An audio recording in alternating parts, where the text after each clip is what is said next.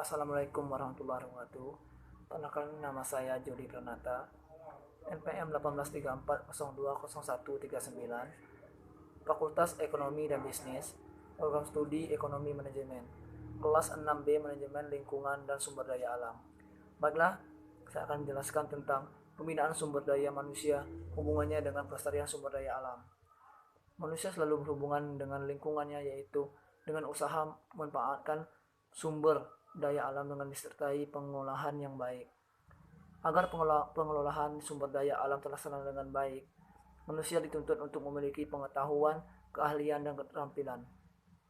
Salah satu cara dalam pembinaan sumber daya manusia hubungannya dengan pelestarian sumber daya alam adalah melalui pendidikan, yaitu pendidikan kependudukan dan lingkungan hidup, baik formal maupun non-formal. Pendekatan yang digunakan dalam pendidikan formal adalah monolitik atau tingkat perguruan tinggi, dan integratif, yaitu tingkat sekolah dasar sampai dengan sekolah lanjutan tingkat atas. Pendekatan non-formal dimulai dari keluarga, kegiatan-kegiatan dalam masyarakat, media komunikasi massa baik melalui media cetak, elektronika, ataupun media tradisional. 1. Sumber daya manusia dan sumber daya alam merupakan unsur lingkungan hidup. Lingkungan hidup adalah kesatuan ruang dengan semua benda, daya, keadaan, dan makhluk hidup, termasuk di dalamnya manusia dan perilakunya, yang mempengaruhi kelangsungan peri kehidupan dan kesejahteraan makhluk hidup lainnya. 2. Hubungan sumber daya manusia dengan sumber daya alam. Dalam kehidupan, antara manusia dan sumber daya alam senantiasa berhubungan. Hal itu dilakukan untuk mempertahankan eksistensinya. 3. Hubungan pembinaan sumber daya manusia dengan pelestarian sumber daya alam. Hakikat kehidupan manusia adalah untuk mempertahankan hidupnya dan kelangsungan spesies manusia. Untuk melaksanakan tugas kehidupan tersebut, manusia membutuhkan energi sumber daya alam. Agar pemanfaatan sumber daya alam tersebut dapat dilaksanakan secara efektif, efisien, dan lestari, maka pelaksana pembinaan sumber daya manusia diarahkan pada pengembangan pikiran, perasaan, moral, dan lain-lain. 4. Pembinaan sumber daya manusia melalui jalur pendidikan formal.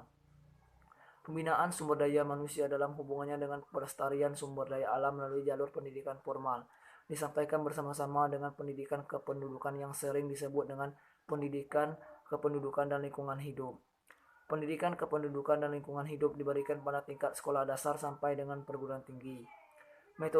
Metode yang dipakai adalah pendekatan monolitik dan PT dan integratif untuk SD sampai dengan sekolah lanjutan tingkat atas.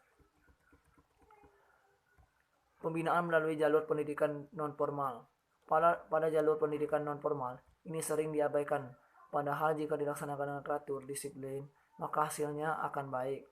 Hal ini disebabkan jalur pendidikan non-formal jangkauannya sasarannya sangat luas.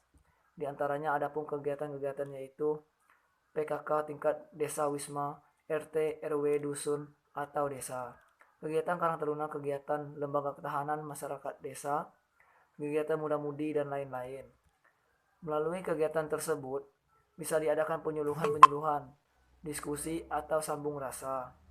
Misalnya penyuluhan pengertian sumber daya alam, bahaya-bahaya yang mengancam sebagai akibat rusaknya sumber daya alam, peranan sumber daya manusia dalam pelestarian sumber daya alam, dan sebagainya. Setiap orang atau masyarakat belum pasti paham tentang sumber daya alam, atau yang paham belum tentu melestarikan. Oleh karena itu, perlu adanya pembinaan melalui kegiatan-kegiatan tersebut. Mengenai penyampaian materi dapat dilakukan oleh pemuka masyarakat, perangkat desa, lembaga swadaya, masyarakat desa, atau mengundang pakar yang ada. Jadi, kesimpulan dari pembinaan sumber daya manusia hubungannya dengan pelestarian sumber daya alam, yaitu dari pembahasan di atas dapat disimpulkan bahwa salah satu cara dalam pembinaan sumber daya manusia hubungannya dengan pelestarian sumber daya alam adalah melalui pendidikan, yaitu melalui pendidikan kependudukan dan lingkungan hidup, baik secara formal maupun non-formal. Dalam pendidikan kependudukan dan lingkungan hidup perlu adanya kegiatan-kegiatan yang sifatnya untuk memberikan informasi. Baiklah, saya akan menjelaskan tentang upaya meningkatkan kualitas sumber daya manusia melalui interaksi positif dengan lingkungan. 1. Manusia sebagai komponen lingkungan.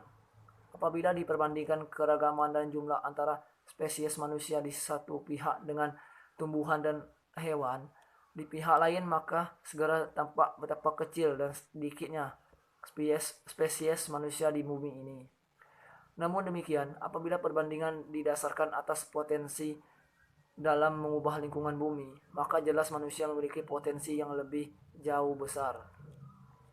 Melalui kemampuannya, manusia dapat mengubah lingkungan sedemikian rupa sehingga dapat merusak, melestarikan atau bahkan menghancurkan semua kehidupan di bumi.